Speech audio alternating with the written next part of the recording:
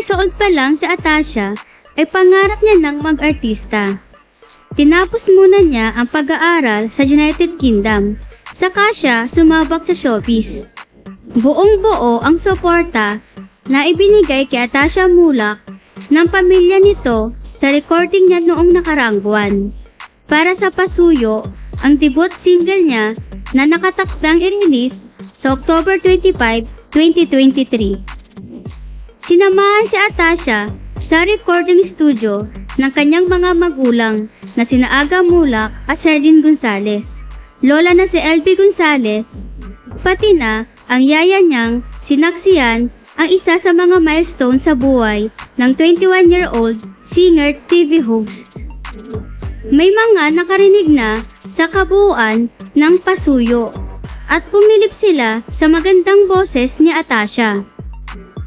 Magdiriwang si Atasha ng 22th birthday sa November 6 at malaki ang posibilidad na ganapin niya sa EAT ang kanyang debut single.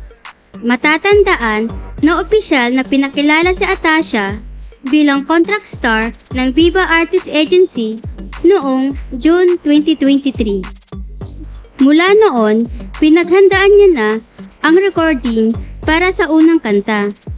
Dahil isa sa mga pangarap niya noon ay ang maging singer.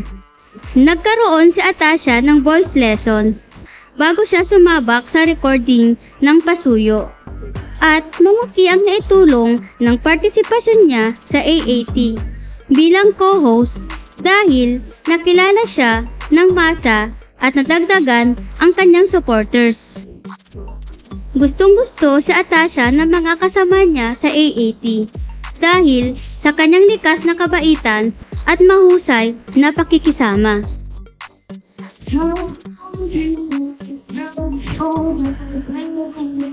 Ikaw ba? Inaabangan mo din ba ang unang kanta ni Atasha Mulak? At sa tingin mo, ay tatangkilikin ba ito ng mga netizen? Kung bago ka lang dito sa aking YouTube channel ay mag-subscribe na para lagi kang updated sa mga bago naming showbiz topics. Thank you!